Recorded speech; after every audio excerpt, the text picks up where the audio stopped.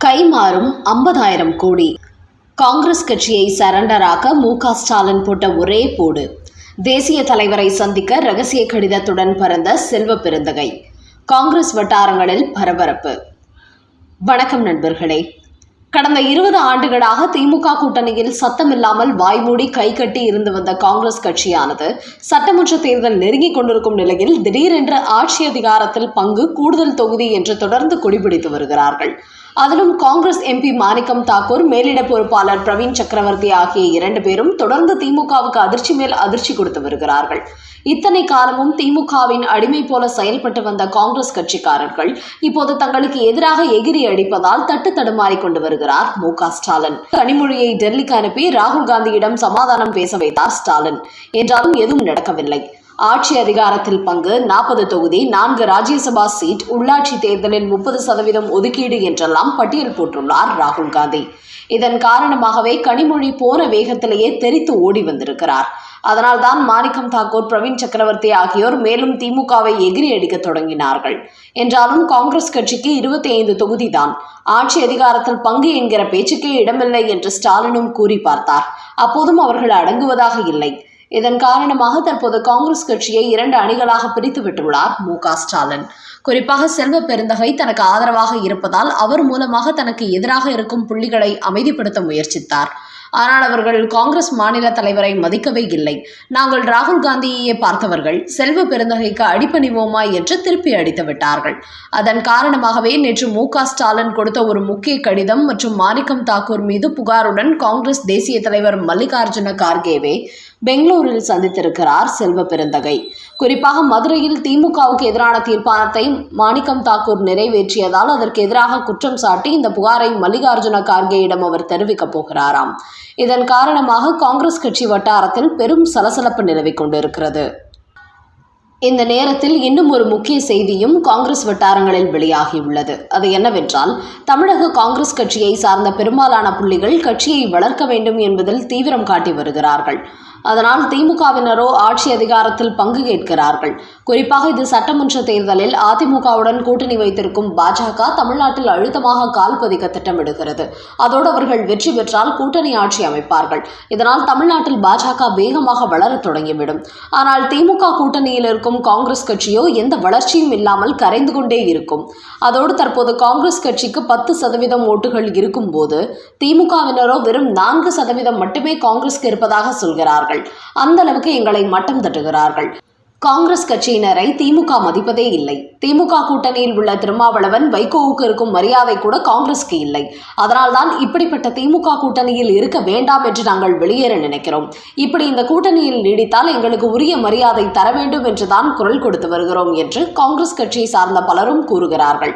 ஆனால் இன்னும் சிலரோ 2026 சட்டமன்ற தேர்தலில் திமுக கூட்டணியில் காங்கிரஸ் கட்சி இல்லை என்றால் மு.க. ஸ்டாலின் கண்டிப்பாக தோல்வி அடைந்து விடுவார். அது அவருக்கு நன்றாக தெரியும். அவரது மருமகன் சபரீசன் எடுத்துக் கொடுத்த சர்வேயில் காங்கிரஸ் வெளியேறினால் மகளிருக்கு இன்னும் எத்தனை ஆயிரங்களை அள்ளி கொடுத்தாலும் தோல்வி என்பது உறுதியாகிவிடும் என்று தெரிவித்திருக்கிறார். அதனால்தான் காங்கிரஸ் கட்சியினர் திமுகவுக்கு எதிரான குரல் கொடுத்த போதும் எங்கள் கூட்டணியை விட்டு வெளியேறுங்கள் என்று மு.க. ஸ்டாலின் ஒரு வார்த்தை கூட சொல்லவில்லை. அப்படி சொன்னால் திமுகவின் தோல்வியை அவரே முடிவு செய்ததாகிவிடும். அதனால்தான் எப்படியாவது பேசி சமாதானம் செய்ய மு.க. ஸ்டாலின் திட்டமிடுகிறார். என்றாலும் ஆட்சி அதிகாரத்தில் மட்டும் பங்கு தர மாட்டோம் என்பதில் உறுதியாக இருக்கிறார். இதனால்தான் ராகுல் காந்தி மற்றும் மல்லிகார்ஜுன கார்கேவை எப்படியேனும் கூட்டணிக்கு சம்மதிக்க வைக்க வேண்டும் என்பதற்காக தற்போது தமிழக காங்கிரஸ் தலைவர் செல்வ பெருந்தகையை மு.க. ஸ்டாலின் டீல் பேச அனுப்பியுள்ளார். ஆனால் செல்வ பெருந்தகையை பொறுத்தவரை கட்சியை வளர்க்க வேண்டும் என்பதை விட தான் வளர வேண்டும் என்பதில் உறுதியாக இருக்கிறார். அதனால்தான் மாணிக்கம் தாக்கூர் மீது புகார் கொடுப்பது போன்று அவரை மல்லிகார்ஜுன கார்கேவை சந்திக்க வைத்திருக்கிறார் மு.க. ஸ்டாலின். ஆனால் இதன் பின்னணியில் ஒரு மிகப்பெரிய டீலிங் நடக்கப் போகிறது. குறிப்பாக இந்தியாவில் சில மாநிலங்களில் மட்டுமே காங்கிரஸ் ஆட்சி நடக்கும் நிலையில் எங்கள் கட்சிக்கு நிதி பெரிய அளவில் பற்றாக்குறையாக உள்ளது. அதன் காரணமாகவே இவர்களை பணத்தால் மட்டுமே அடிக்க முடியும் என்பதை மு.க. ஸ்டாலின் புரிந்து கொண்டார். அதனால்தான் தற்போது செல்வ பெருந்தகையை அவரிடத்தில் டீல் பேசுவதற்கு அனுப்பியுள்ளார். 25 தொகுதி என்பதை 30 கூட கொடுக்கிறோம். ஆனால் ஆட்சி அதிகாரத்தில் மட்டும் பங்கு கேட்காதீர்கள். அப்படி ஆட்சி அதிகாரத்தில் பங்கு கேட்காமல் இருக்க 50,000 கோடி டீல் பேசப்பட்டுள்ளது. இந்த டீலுக்கான பிள்ளையார் சுழியை தான் செல்வ பெருந்தகை போட போயிருக்கிறார். அதனால் அடுத்தபடியாக மு.க. ஸ்டாலின் மருமகன் சபரீசன் டெல்லி செல்ல உள்ளார். அவர்தான் ஆட்சி அதிகாரத்தில் பங்கு கேட்காமல் இருக்க 50,000 கோடி நிதி ஒதுக்கப் போகிறார்.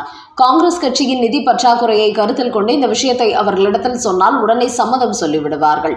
அடுத்த நொடியே ராகுல் காந்தி தமிழக காங்கிரஸ் புள்ளிகளின் வாயை அடைத்து விடுவார். ஏற்கனவே கனிமொழி சென்றபோது வட இந்தியாவில் நடக்கும் ஒரு மாநில காங்கிரஸ் கட்சியின் தேர்தல் செலவை ஏற்பதாக கூறியிருந்தார்.